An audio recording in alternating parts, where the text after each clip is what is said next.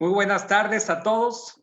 A nombre del rector de la Universidad Internacional, del doctor Francisco Javier Espinosa Romero, y de la directora general de Asuntos Estudiantiles y Admisiones, la doctora Angélica Pastora Nieto Chávez, les doy la más cordial bienvenida este día a nuestra excelente conferencia con un ponente de alto nivel de talla internacional.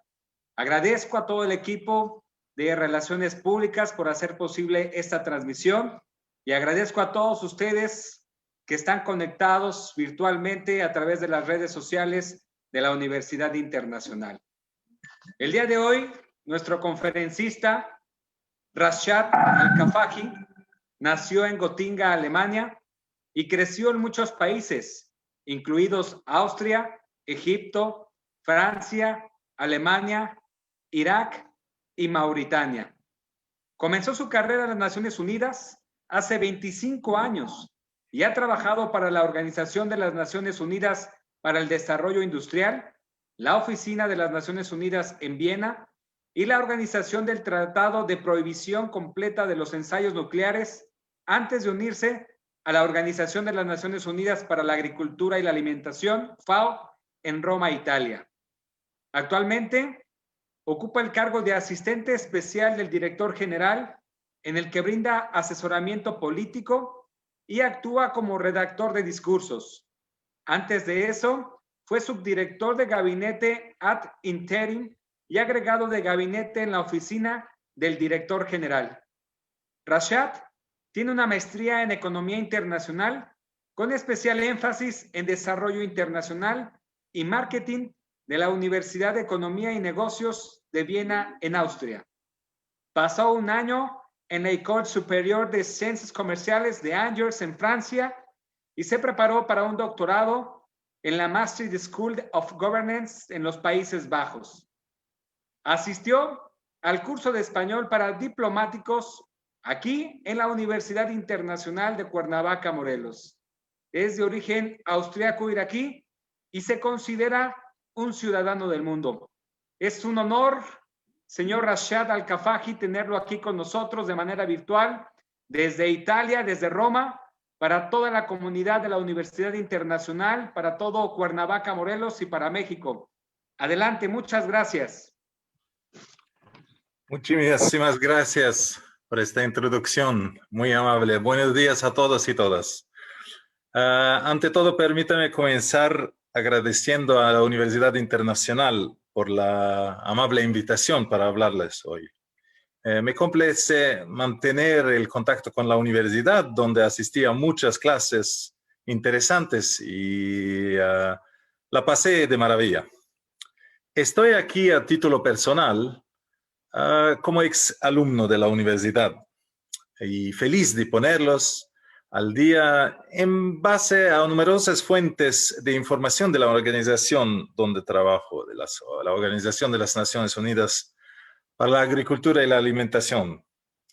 En caso de que alguno de ustedes esté interesado en recibir información o estadísticas más detalladas, me complace proporcionarles enlaces o comentarios y contactos con colegas aquí en la FAO. Los colegas que organizan esta charla tienen mi información de contacto y todos pueden ponerse en contacto conmigo. Adelante, por favor.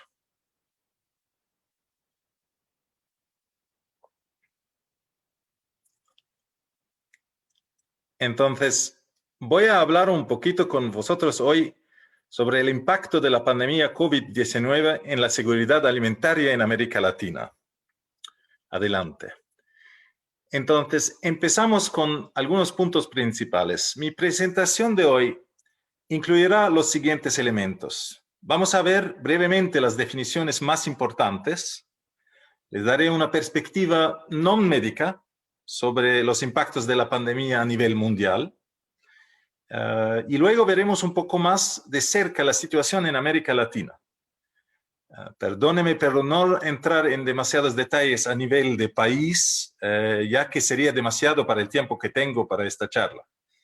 Finalmente, dedicaré la mayor parte del tiempo a compartir con ustedes algunas de las recomendaciones que las Naciones Unidas han elaborado para el continente latinoamericano. Adelante, por favor. Entonces, creo que necesitamos algunas definiciones antes de comenzar, pero no se preocupe, esto no será demasiado técnico. Adelante, por favor. Adelante, por favor. Gracias. Entonces, hablamos de la pobreza. Tenemos la definición de del Banco Mundial, que define la pobreza extrema como vivir con menos de $1.90 por persona por día.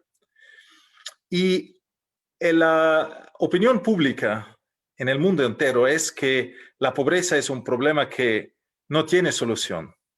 Pero en realidad, el porcentaje de la población mundial que vive en la pobreza se redujo bien, de más del 80% en 1800 al 20% en 2015. La pobreza extrema, el primero de los objetivos de desarrollo sostenible mundiales, ha disminuido continuamente, también durante casi 25 años. Ahora, por primera vez en el transcurso de una generación, la misión de poner fin a la pobreza sufre su peor revés. Eso es importante por hoy. Se prevé que la pobreza extrema mundial aumentará por primera vez en más de 20 años, en 2020, como resultado de las perturbaciones ocasionadas por la pandemia de COVID-19 y agravadas por las fuerzas de los conflictos y el cambio climático que ya estaban desacelerando los avances en la reducción de la pobreza. La tasa de pobreza extrema mundial disminuyó de 10% en 2015 al 9.2% en 2017, lo que equivale a 689 millones de personas que vivían con menos de $1.90 al día. Hablamos un poquito de la pobreza en personas más que en cifras. En 2018, de cada 5 personas por debajo de la línea internacional de pobreza, 4 vivían en zonas rurales. La mitad de los pobres son niños. Las mujeres representan la mayoría de los pobres en la mayor parte de las regiones y en algunos grupos de edad. De la población mundial, pobre de 15 años o más, alrededor del 70% no tienen ninguna formación o solo una instrucción básica. Más del 40% de los pobres del mundo vive en economías afectadas por la fragilidad, los conflictos y la violencia. Y se espera que esa cifra aumenta al 67% en la próxima década. Esas economías representan el 10% de la población mundial. Entonces, por ejemplo, alrededor de 123 millones de personas pobres en el mundo viven en zonas con alto riesgo de inundaciones. A pesar de todo, muchas de las personas que apenas habían escapado de la pobreza extrema podrían recaer en ella como consecuencia de la convergencia de la pandemia de COVID-19, los conflictos y el cambio climático. Según un pronóstico inmediato sobre 2020, en el que se incorporan los efectos de la pandemia de COVID-19, se calcula que esta empujará a entre 88 millones y 115 millones más de personas a la pobreza extrema. Los nuevos pobres probablemente vivirán en entornos urbanos más que las personas crónicamente pobres. Trabajarán más en servicios informales y en la manufactura, menos en la agricultura. Vivirán en entornos urbanos superpoblados y trabajarán en sectores más afectados por los confinamientos y otras restricciones a la movilidad. Los países de ingreso mediano, como muchos en América Latina, se verán afectados de manera significativa, pues podrían llegar a albergar al 82% de los nuevos pobres. Adelante, por favor.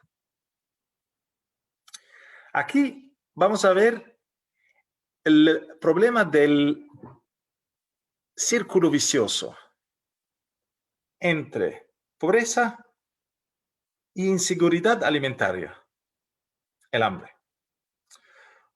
Cada vez que entramos en este círculo vicioso, vamos a ver que se no disminuye el riesgo para las personas, pero aumenta con el problema económico internacional y nacional, con las presiones.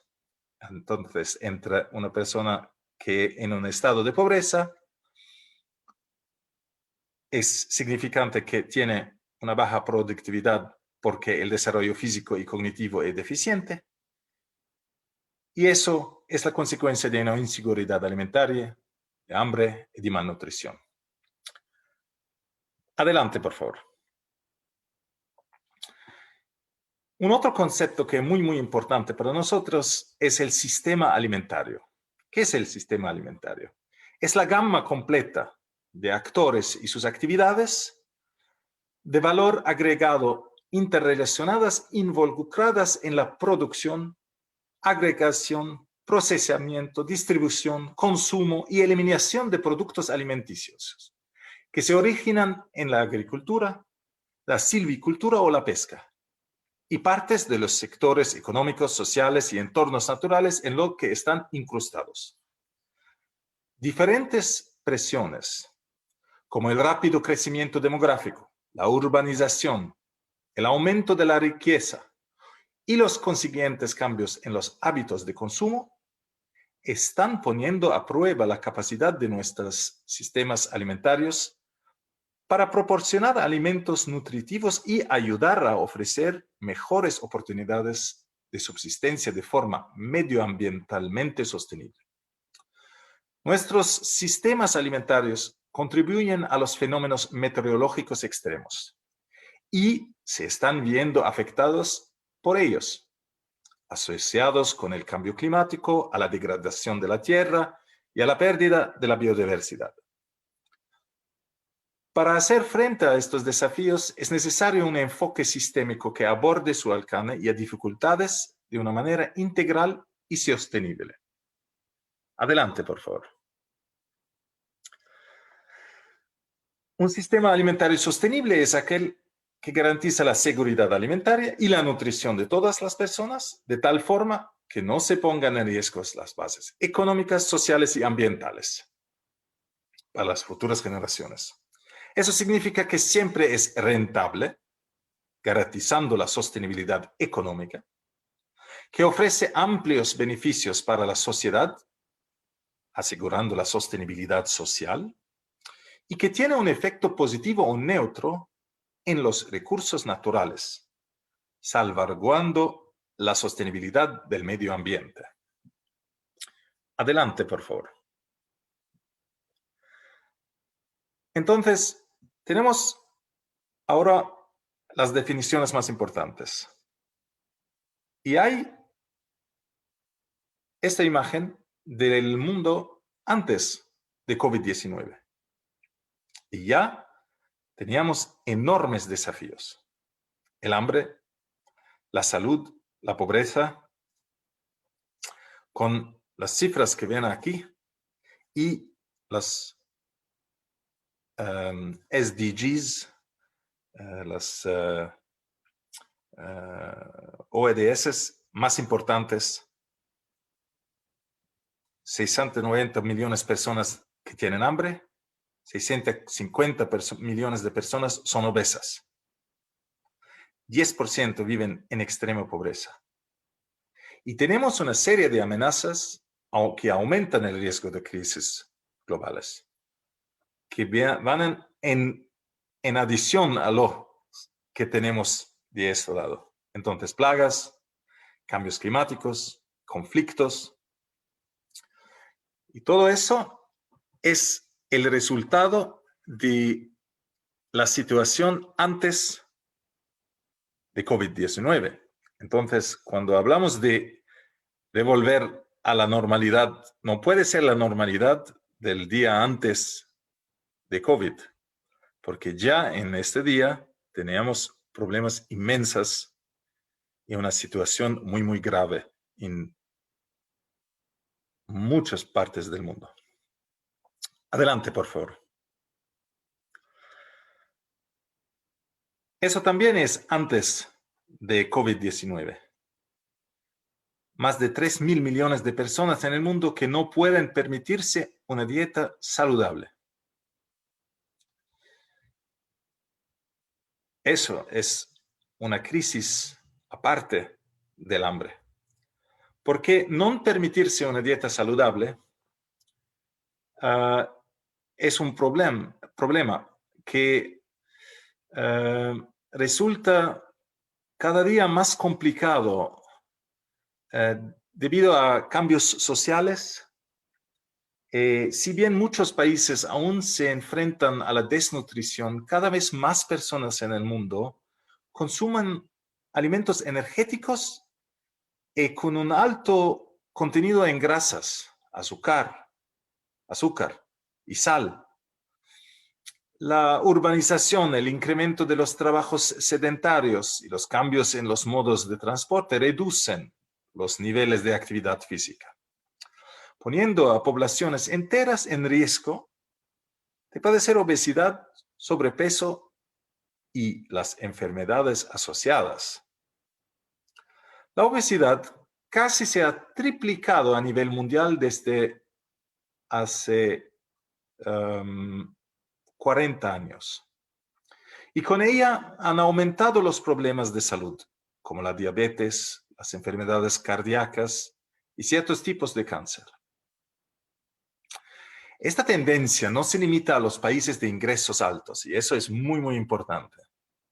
De hecho, en los países de ingresos bajos y medios, el número de personas obesas y con sobrepeso está creciendo a un ritmo aún más rápido. Al mismo tiempo, en muchos casos, los países de ingresos bajos y medios se enfrentan también a tasas elevadas de retraso del crecimiento, emaciación y carencias de micronutrientes. Adelante, por favor. Entonces, ahora estamos en la situación global del COVID. La pandemia de la enfermedad por coronavirus ha provocado una terrible pérdida de vidas humanas en todo el mundo y plantea un desafío sin precedentes para la salud pública, los sistemas alimentarios y el mundo laboral. Las perturbaciones económicas y sociales ocasionadas por la pandemia son devastadoras. Decenas de millones de personas corren el riesgo de caer en la pobreza extrema, mientras que el número de personas subalimentadas, que actualmente se estima en casi 690 millones, podría registrar un aumento de hasta 132 millones para finales de año. Estamos hablando de menos de 2 meses.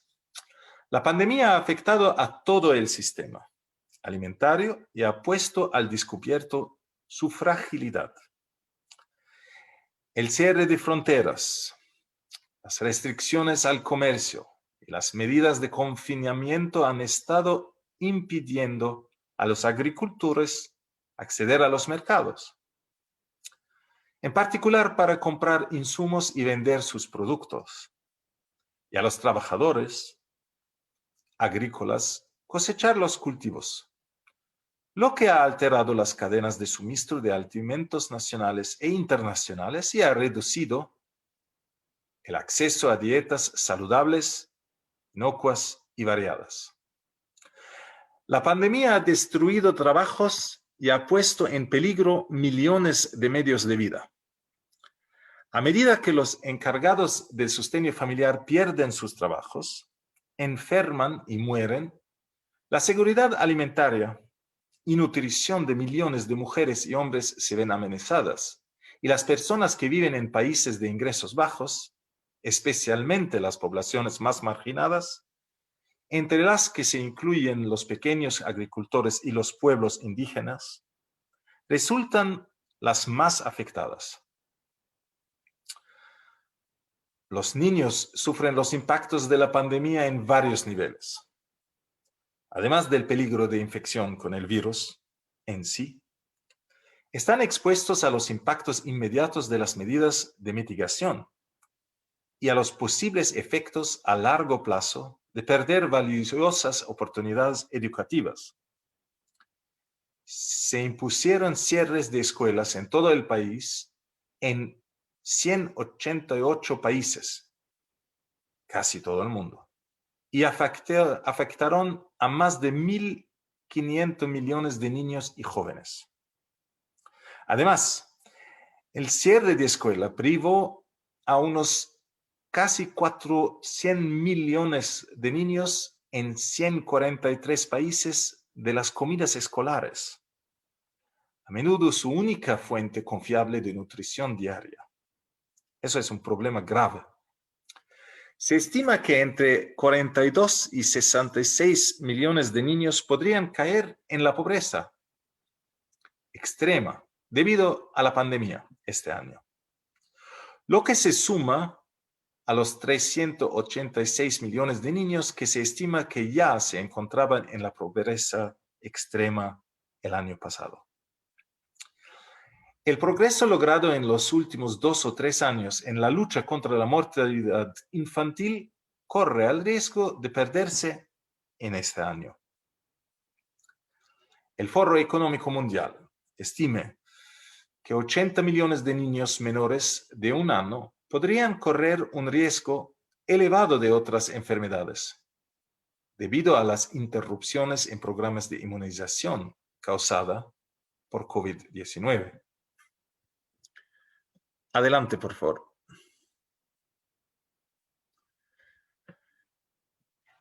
Ahora hay muchas categorías de riesgos, pero tenemos riesgos a medio plazo que son muy importantes para nosotros. Y uno es en esta imagen, en esta diapositiva, es el efecto sobre la oferta y la demanda. Si empezamos con la producción, el distanciamiento social afecta formas de producción intensivas a mano de obra. La logística, hay restricciones de transporte y cuarentena. Hay una restricción a la circulación de personas que tiene un impacto severo sobre los trabajadores migrantes. Y hay crisis ya existentes, como hemos dicho, efecto de reposición en diferentes países derivado de problemas preexistentes. Y en el otro lado tenemos la demanda. La recesión es una realidad hoy. El FMI proyecta una disminución del crecimiento del PIB del 4.4% en este año. Eso tiene un impacto significativo en los ingresos y el gasto de los consumidores, es lógico. Tenemos también un cambio en los patrones de consumo. Aumento tanto de los alimentos básicos como de los alimentos listos para el consumo que se pueden almacenar. Y hay también un cambio en las modalidades de compra.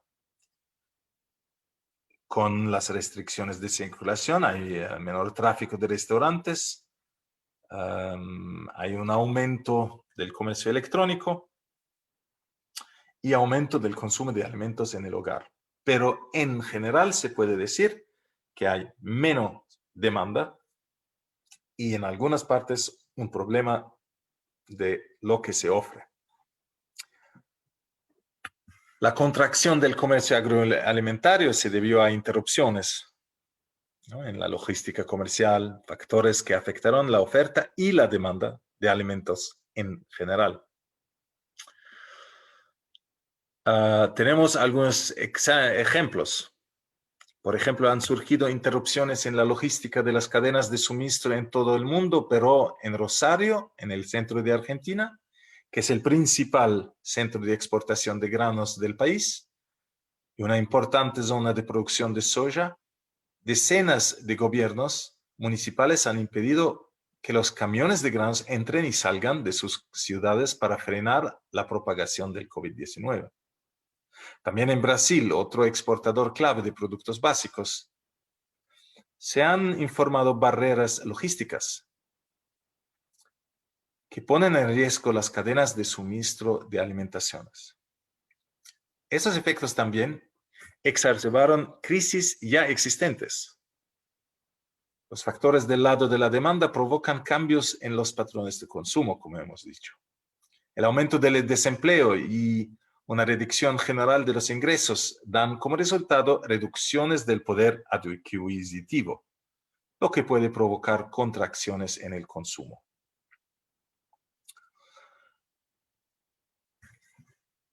Adelante, por favor.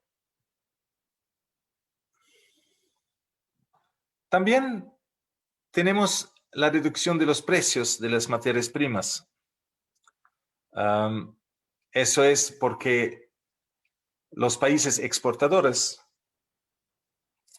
tienen el mismo problema con un desequilibrio entre oferta y demanda.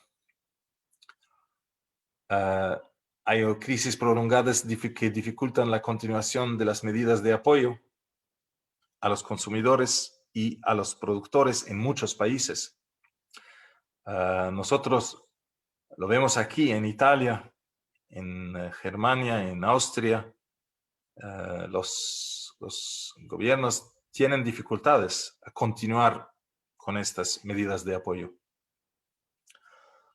Y hay posibles problemas para los países con alta dependencia a las importaciones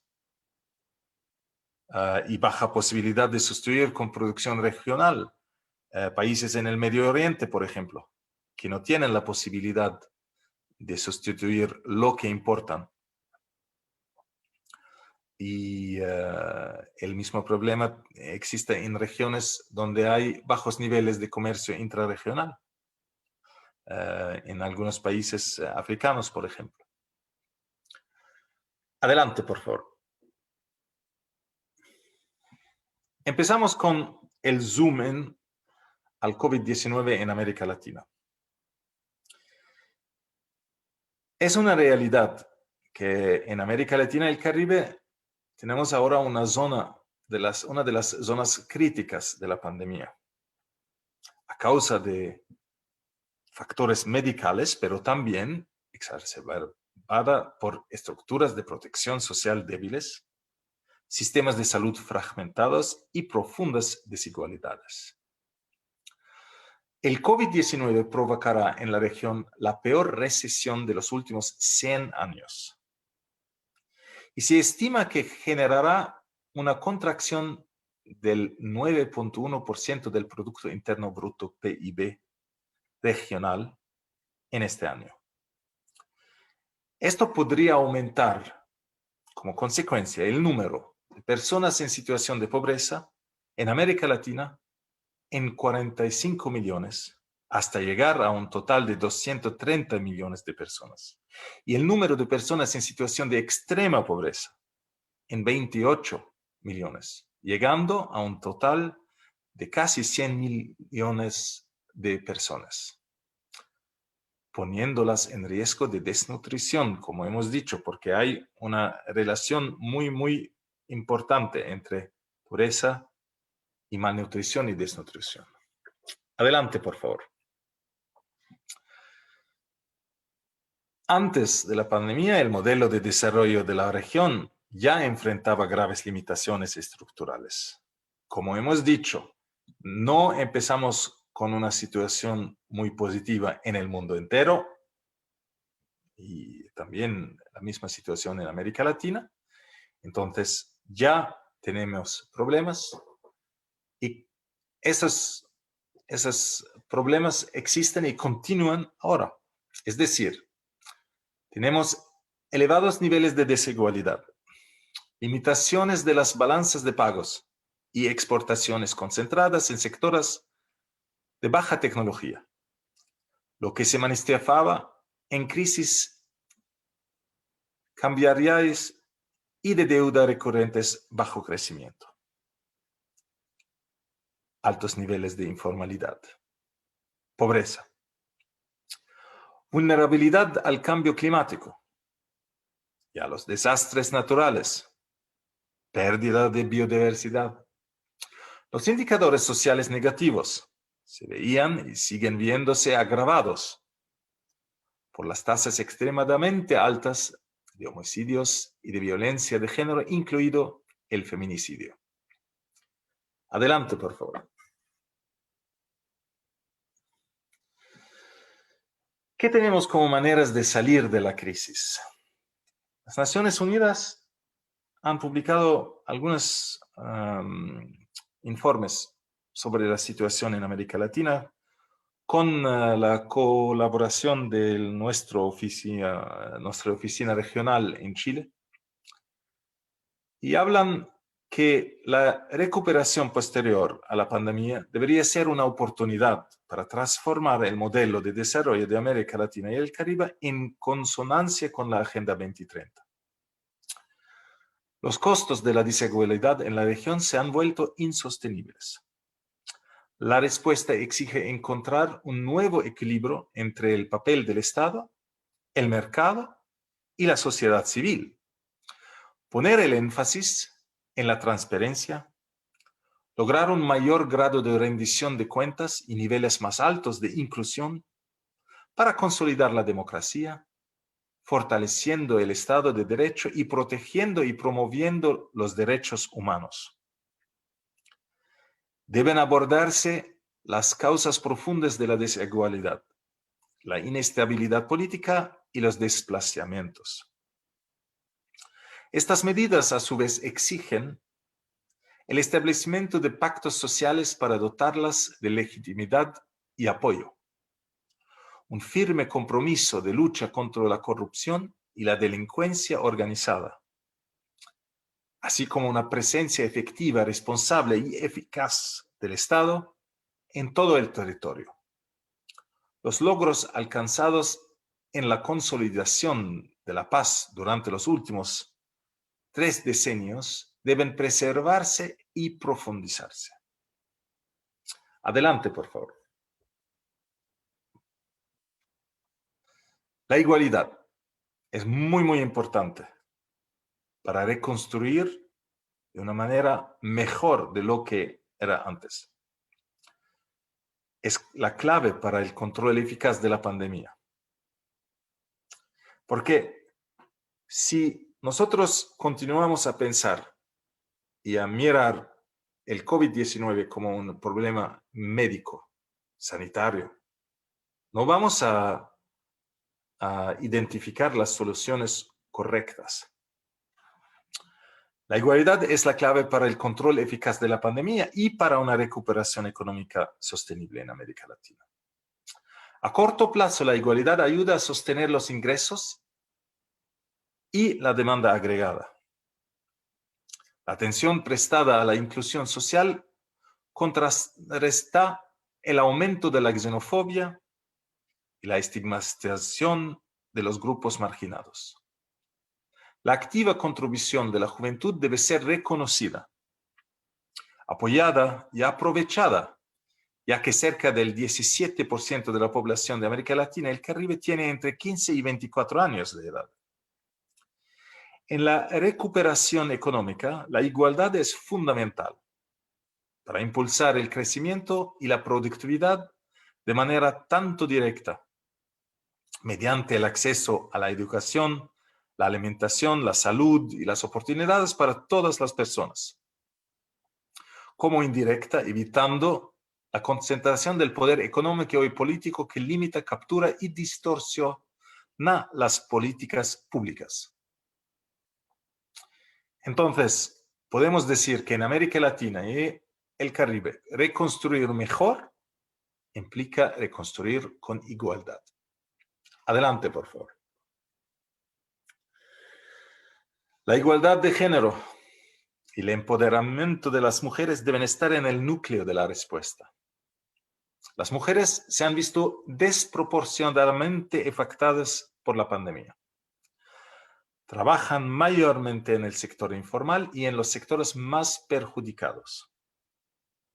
Su capacidad para absorber choques económicos es menor y se hacen cargo de mayores demandas de cuidado en el hogar, al tiempo que se ven más expuestas al aumento de la violencia, en una región que ya mostraba tasas elevadas de violencia de género. Deben hacerse todos los esfuerzos para garantizar que las mujeres y las niñas pueden disfrutar de sus derechos con plenitud, incluido el derecho a una vida libre de violencia, explotación y discriminación, el derecho a la salud y a la educación, al empleo, al salario, a la protección social, así como la promoción de su autonomía económica y participación política. Adelante, por favor. La respuesta al COVID debería ser acerca y en paralelo y en el espíritu de la visión de la Agenda 2030 para el desarrollo sostenible. Y tenemos 4 dimensiones importantes. La dimensión social, basada en la igualdad, hemos dicho, y la protección social universal, independientemente del sexo, el género, la edad, la raza, el origen étnico, el idioma, la religión, la condición jurídica o el estatus migratorio o de cualquier otra situación o circunstancia personal. Dimensión social. Dimensión económica, basada en la creación de empleos decentes, sostenida por una mayor capacidad tecnológica local. Tenemos que desarrollar este aspecto del trabajo. Hay una dimensión ambiental, basada en la protección de la naturaleza y el medio ambiente para las generaciones presentes y futuras. Es un problema muy, muy importante con toda la urbanización en muchas partes de América Latina. La dimensión ambiental es clave. Y tenemos la dimensión política, basada en la democracia, como hemos dicho, en el Estado de Derecho, en la transparencia, la igualdad de género, la prevención de conflictos y la rendición de cuentas, así como en la participación y el acceso de la sociedad civil, las comunidades locales, a la información en todas las fases de la formulación, la aplicación y la evaluación de las políticas públicas. Adelante, por favor.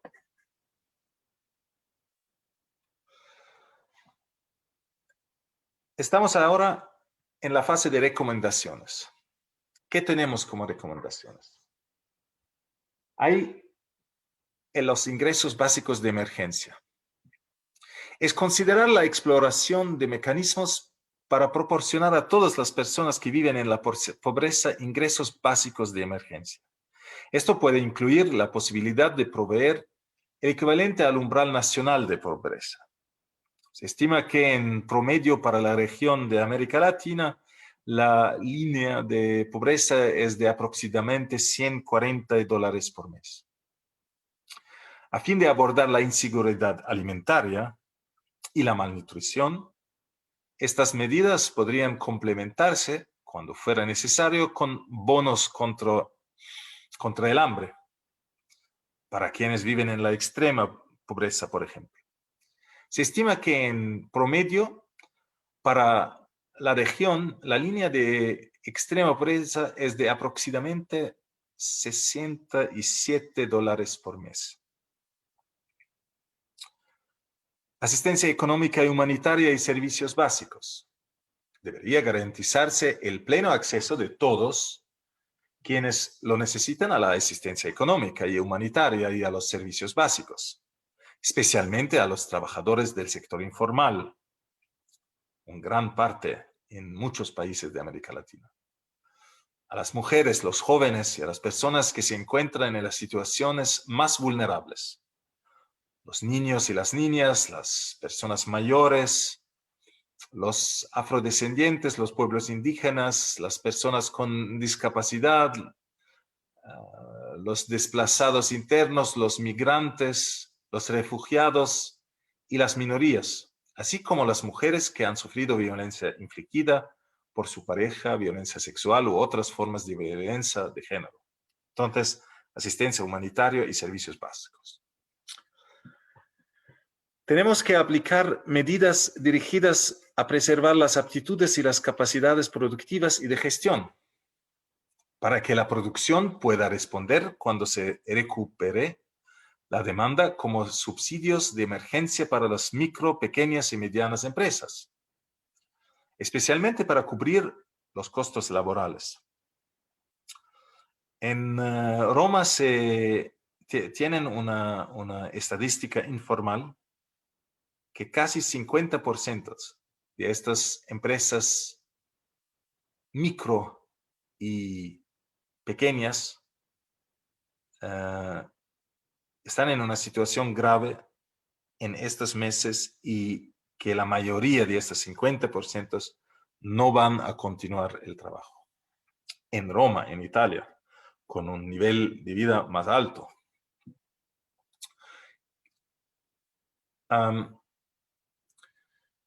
Las políticas deberían facilitar la igualdad de acceso a las tecnologías, herramientas y plataformas de la información y las comunicaciones. En el caso de las empresas más grandes, el apoyo financiero podría proporcionarse con condicionalidades, como por ejemplo proteger el empleo, invertir en investigación y desarrollo, realizar inversiones verdes, abstenerse de distribuir dividendos entre los accionistas. Todo eso puede ser una respuesta. La respuesta multilateral, internacional, inmediata, debería ser ampliada a los países de ingreso medio. Eso es muy, muy importante. Este grupo, que incluye a la mayoría de los países de América Latina y el Caribe, se enfrenta a limitaciones estructurales y, sin embargo, ha quedado excluido en gran medida de la cooperación en forma de respuesta de liquidez, de emergencia, financiamiento en condiciones favorables, extensiones comerciales, aplazamiento de los pagos por servicio de la deuda y asistencia humanitaria. Estos instrumentos se necesitan con especial urgencia para hacer frente al aumento de la deuda pública externa de los pequeños estados insulares, los SIDS, por ejemplo, los estados insulares en desarrollo del Caribe. La sostenibilidad de la deuda debería buscarse fomentado el crecimiento sostenible e inclusivo y no mediante una austeridad, porque esta austeridad que paralice la inversión tiene otras consecuencias. Se debería ampliar el financiamiento internacional, incluyendo una asignación importante de derechos especiales de giro acompañada de iniciativas para el alivio o la postergación de pagos de la deuda y de mecanismos de financiamiento innovadores, como la iniciativa de canje de deuda por adaptación al cambio climático, por ejemplo, para los pequeños estados insulares en el desarrollo, como por ejemplo los SIDS en el Caribe. Adelante, por favor.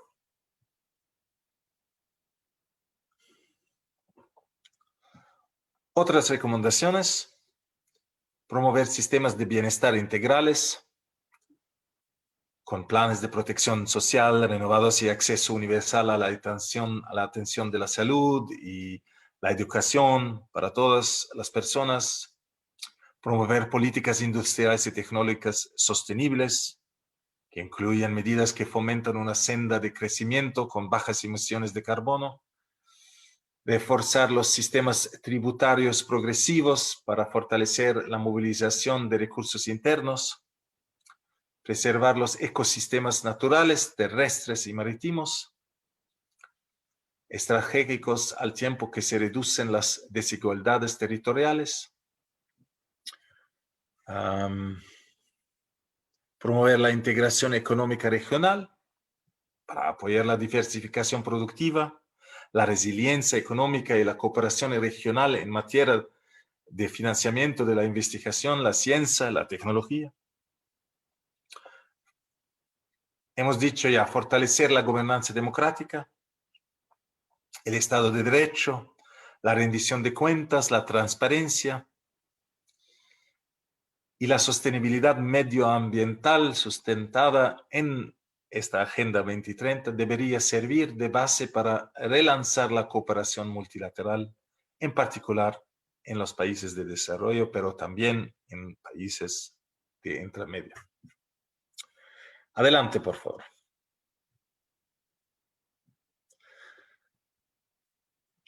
A mí me gustaría terminar con esta imagen para el símbolo que tiene para mí. Para mí, simboliza la esperanza. Esos animales se han adaptado a un entorno hostil y a las situaciones más difíciles y han aprendido a sobrevivir y a vivir. Eso es lo que tenemos que hacer hoy.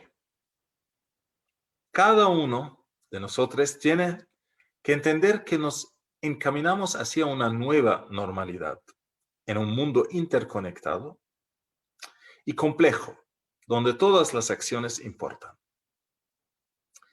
Ahora es el momento de solidaridad y el apoyo a escala mundial, en especial en relación con las personas más vulnerables de nuestra sociedad, sobre todo en el mundo emergente y en desarrollo. Solo juntos podemos superar las repercusiones interrelacionadas que la pandemia tiene en la salud y los contextos social y económico, e impedir que se agrave hasta convertirse en una catástrofe humanitaria y de seguridad alimentaria prolongada, lo que podría provocar la pérdida de los beneficios del desarrollo ya alcanzados. Debemos reconocer esta oportunidad para reconstruir mejor. Necesitamos formular estrategias sostenibles a largo plazo para abordar los desafíos a los que se enfrentan los sectores sanitario y agroalimentario. Debería asignarse prioridad a abordar los desafíos subyacentes relacionados con la seguridad alimentaria y la malnutrición, combatir la pobreza rural, en particular aumentando y mejorando los trabajos en la economía rural, hacer extensiva la protección social a todos, facilitar rutas seguras de migración y promover la formalización de la economía informal. Debemos repensar el futuro de nuestro entorno y luchar contra el cambio climático y la degradación del medio ambiente con ambición y urgencia. Solo entonces podremos proteger la salud, los medios de vida, la seguridad alimentaria y la nutrición de todas las personas y garantizar que nuestra nueva normalidad sea mejor que la anterior.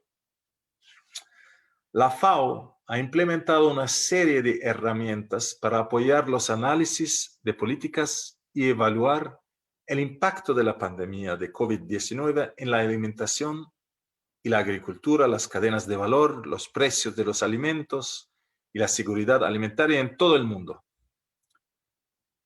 Si le interesa, pueden ver más sobre nuestro trabajo en la FAO, en el sitio web de la organización o en contactarme. Estoy disponible para hacer el enlace con vosotros. Muchísimas gracias.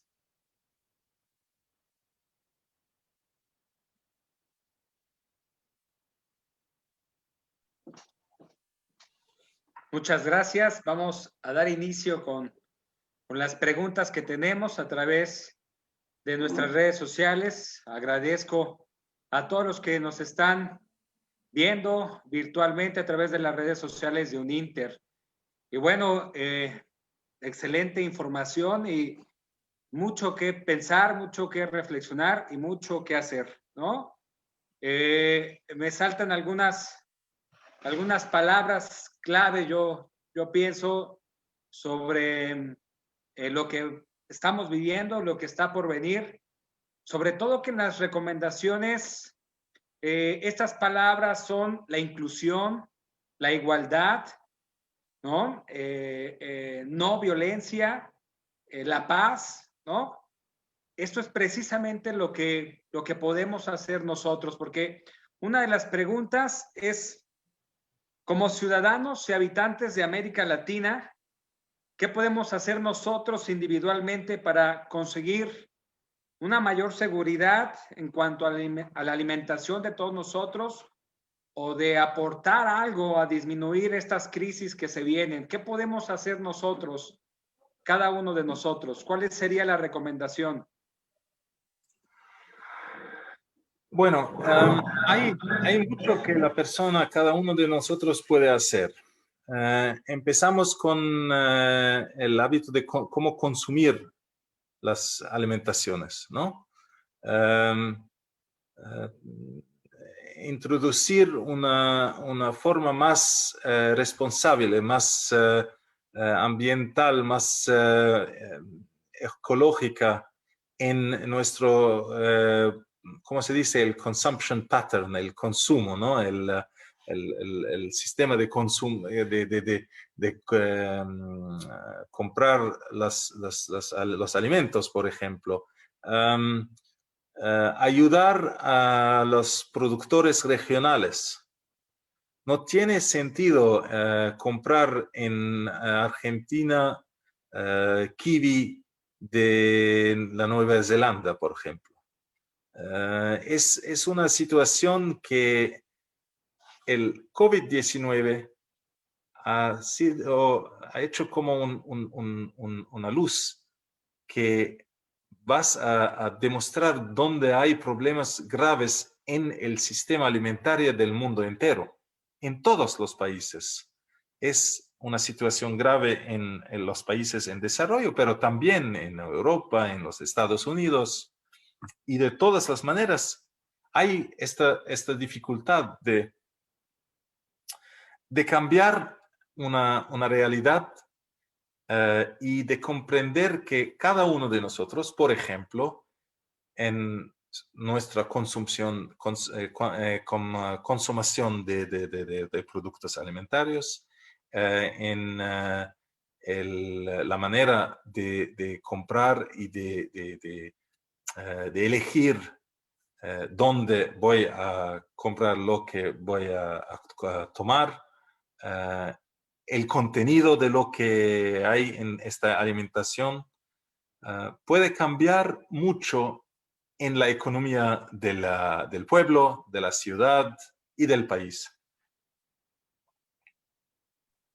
Muchas gracias, muchas gracias. Ahora, esta tarea se entiende que es de todos, ¿cierto? De todos los ciudadanos. Pero la responsabilidad más grande será de nuestros gobernantes. Deben de tener un plan de acción ya para enfocarse a que menos personas sean las afectadas con estas crisis. Es difícil tener una respuesta general, pero lo que nosotros vemos por ejemplo, en las manifestaciones internacionales y en las conferencias, que en los últimos años la acción verdadera es más de la sociedad civil. Una sociedad civil que en muchas veces está colaborando y trabajando con el sector privado. Porque el sector privado también tiene una responsabilidad y un poder muy importante. Es un poquito la tarea de nosotros también de sostener esta relación y esa colaboración entre la sociedad civil, las representaciones de agricultores, de estudiantes, de todas las partes de la sociedad civil y el sector privado, que pueden cambiar muchas cosas de una manera más eficaz que a veces el gobierno puede hacerlo. Claro, claro que sí, por supuesto. Ahora, hablaba sobre precisamente el medio ambiente y el de consumir los alimentos que no afecten o que menos perjudiquen a esto. Aquí en México, hace unos días, hace unos meses, acaba de entrar en vigor que ahora a los alimentos, a los productos, tienen unas etiquetas sobre lo que contiene en cuanto a exceso de azúcares, exceso de sodio, ¿cierto? Entonces, habría que hacer también algo para que esta etiqueta o que existan algunas etiquetas sobre el daño que le hacen al medio ambiente. La idea existe.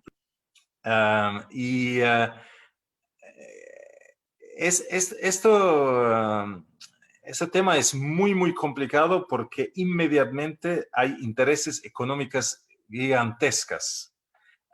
Me recuerdo que hemos invitado el delegado del Parlamento chileno, que fue el Parlamento chileno fue uno de los primeros en el mundo de introducir una ley sobre el etiquetaje de los productos alimentarios y sobre todo el azúcar para los niños, algunos productos que en realidad tienen un peligro, ¿no? Y en ese tiempo había también esta idea de añadir la información sobre el efecto sobre el medio ambiente. Pero yo creo que es en etapas, ¿no? Por ejemplo, en Europa no tenemos esta ley como en México. México y Chile y algunos países de América Latina que tienen un problema grave con la obesidad, con los problemas que vienen con las consecuencias medicales, han tomado acciones muy importantes en esta dirección. Y yo creo que en Europa, por ejemplo, vamos a aprender y a utilizar las mismas leyes en el tiempo. Pero por el momento, la Unión Europea, por ejemplo, tiene planes, pero hay un lobby muy, muy importante, muy fuerte de los productores, ¿no? De alimentos, que para ellos es un cambio que ellos tienen que preparar por años y años para aceptarlo, ¿no? Y es un poder muy importante, pero en el mismo tiempo, insisto que es importante incluir todos los key actors, como se llaman, en la discusión. Y también los grandes sociedades privadas que tienen un poder increíble y que tienen que formar parte de un desarrollo en esta dirección, ¿no? Porque, en fin, tenemos todos el mismo interés, que un medio ambiente que se está mejorando, protegido, niños y niñas y jóvenes que no tienen un problema de salud desde 10 años o 12 años. Es vamos a ver cómo el cambio o cómo es la introducción de esta ley va a cambiar el modo de la consumación en México. Va a ser muy, muy interesante. Así es, excelente. Y bueno, igual, otra pregunta es, aquellos países, ¿no? Que no ofrecen y también a los que ofrecen alimentos gratuitos en las instituciones educativas públicas, ¿qué les espera entonces, ¿no? Con toda esta problemática. Me llama la atención también que una de las recomendaciones es el de consume local, ¿sí? Consumir precisamente los productos regionales, como bien decía. En UNINTER, en la Universidad Internacional, con todo esto de la pandemia, sacamos una campaña precisamente para ayudar, pues primero a la comunidad cercana del consumo local, porque muchas familias o varias familias, algunas familias, precisamente tuvieron problemas pues con la venta de sus productos. Entonces, hicimos esta campaña de consumo local y veo que es una recomendación también de la FAO, ¿no? El consumir local, que esto va a ayudar a las economías internas, a las economías locales, pero a la vez a la economía global. Es muy, muy importante, porque sosteniendo la economía local, por ejemplo, es una de las soluciones a la migración. Sostener y ayudar a los productores locales, regionales, tiene un efecto muy importante a la estabilidad social. nosotros tenemos algunos proyectos donde la escuela que ofrece estas porciones para los estudiantes, los productos vienen de los productores regionales. Y lo que empieza es un círculo positivo, ¿no?, de producción y consumición, y que en realidad después de un tiempo empieza a funcionar sin ayuda externa. Porque hay una middle class que empieza a consumir, que tiene los hijos en la escuela, que puede también ofrecer el producto y ser un consumidor de otros productos. Entonces, eso puede ser también una respuesta a la primera pregunta. Ayudar a los campesinos y a los productores que son en la región es muy, muy importante. Excelente, pues ahí está, precisamente estas son las problemáticas, las recomendaciones y sobre todo, como decía al final, pues ahí está puesta la esperanza en accionar cada uno de nosotros como sociedad, como ciudadanos, en que el impacto de todo esto sea menor, ¿cierto? Muchísimas gracias. Gracias a vosotros. Es un honor haberlo tenido aquí de manera virtual en la Universidad Internacional. Lo invitamos a que nuevamente, en algún día o de manera virtual también, esté con nosotros en otra conferencia o en otro curso de español. Muchísimas gracias. Agradecemos enormemente a nombre de nuestro rector, el doctor Francisco Javier Espinosa Romero, el que haya usted aceptado y haya estado con nosotros con esta información muy, muy importante, muy interesante, y que nos quedamos para trabajar en ello, por supuesto. Muchísimas gracias, un honor para mí. Y a la próxima. Hasta la próxima. Queda grabada nuestra conferencia en nuestras redes sociales. Sabemos que algunos de ustedes no nos han podido ver y está grabada para que puedan reproducirla y que puedan tenerla. Muchas gracias a todos. Gracias a la comunidad internacional de la Universidad Internacional y al Departamento de Relaciones Públicas por hacer posible esta transmisión. Muchas gracias y muy buenas tardes acá en México y buenas noches en Roma, ¿cierto? Exacto. Hasta luego.